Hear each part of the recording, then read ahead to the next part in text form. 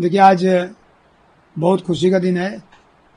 हिंदू जनता जो सदियों से धार्मिक पूजा करने के लिए तड़प रही थी और जिसके लिए आंदोलन चलाए गए थे, और पहली याचिका हिंदुओं की तरफ से जो मैंने दाखिल की थी, तो बहुत महत्वपूर्ण सफलता मिली है।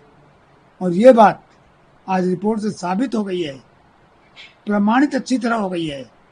कोई इसको काट नहीं सकता कि वहाँ पहले हिंदू मंदिर था और वेद शास्त्र, संस्कृत, धार्मिक शिक्षा के पठन पाठन का कार्य वहाँ होता था, और उस जगह पर केवल हिंदू पूजा ही हो सकती है।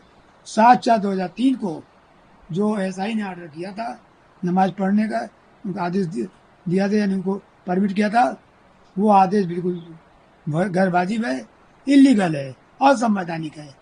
दूसरी बात आपको बतला दूं, 94 से ज़्यादा टूटी मूर्तियाँ प्राप्त हुई हैं। वहाँ सारे खंभों पर वेद और शास्त्रों की ऋचाएँ मिली हैं, संस्कृत श्लोक मिले हैं, पुरानी कलाकृतियाँ मिली हैं, और बहुसंख्या में इतनी सामग्री है कि कोई भी देख के कह देगा कि यह भव्य पाठशाला और मंदिर था और केवल हिंदू का था, हिंदू वेद शास्त्र की पढ़ाई के लिए था। और इसलिए यही नहीं, इस रिपोर्ट ने आँख खोल दिया है। मुस्लिम आक्रांताओं ने जितनी व्यवस्था जितना कुछ किया था, उन सब का पर्दाफाश एक एक करके हो रहा है। ज्ञानवापी में हुआ, यहाँ हुआ, और मुझे उम्मीद है कि मैं और मेरी पूरी लीगल टीम इस सारे उन जगहों को जहाँ मंदिर तोड़कर मस्जिदें बनाई गई हैं, उनको पुनः वापस लेने में सक्षम होंगे। और मुझे खुशी है कि मैंने पिटीशन में जो कुछ लिखा था, काफ़ी शोध के बाद लिखा था, 32 फोटो लगाई हैं, सारी बातें सत्य साबित हो गई, और एक एक फोटोग्राफ वेरीफाई हो गई, और इस बात के पक्के सबूत हैं कि वह केवल मंदिर था, मंदिर रह सकता, और मंदिर के अलावा वहाँ कोई पूजा पाठ के अलावा कोई नमाज या मुस्लिम धार्मिक कृत्य नहीं हो सकता है।